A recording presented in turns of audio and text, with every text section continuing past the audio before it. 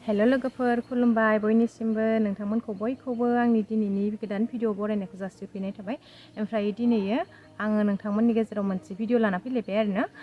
दिनैनि भिडिअआ blog video नङा आरोना। आङो आंनि चेनेलनि बागै नोंथांमोननो शेयार खालामनो नागिरदों।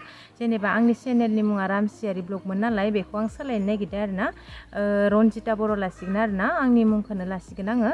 ओरैनोथ' आंनिया चेनेलनि मुङा रामसियारि ब्लगसोमोन नालाय, बेनिफ्राय हासबेन्डआसो आगोला फार्स्ट टाइम खुलिदोंमोन नालाय, जेनेबा फार्स्ट टाइम बिसो ब्लग होगोन होननानै खुलिदोंमोन, ओंखायनो गावनि टाइटेला रामसियारि नालाय रामसियारि ब्लग लादोंमोन आरोना। ओमफ्रायथ' बियो उनाव भिडिअ होनो हाया जानानै आंनोसो होदोंमोन नालाय, ओमफ्राय बिदि रामसियारि ब्लगआनो दंमोन आरोना।